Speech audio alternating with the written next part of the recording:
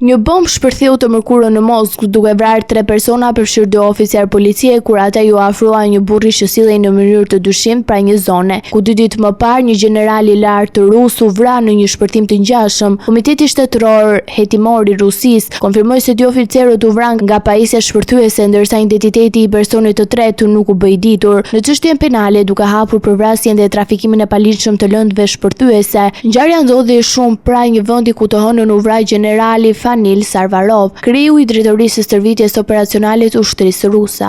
Banorët lokale raportuan pas shpërthime të forta që tronditën ndërtesat përreth. Sipas burimeve jo zyrtare në Telegram, personi që vendosi bombën mund të ketë aktivizuar pajisje në momentin që ju afrua oficerët duke humbur jetën në vend. Rusia dyshon për përfshirjen e inteligjencës ukrainase, megjithse Ukraina nuk ka pranuar asnjë përgjegjësi. Ky incident shënon një tjetër sulm ndaj figurave të profilit të lartë ushtarak rus që kanë lidhje me luftën në Ukrainë, konflikti që tashmë ka mbushur pothuajse 4 vjet.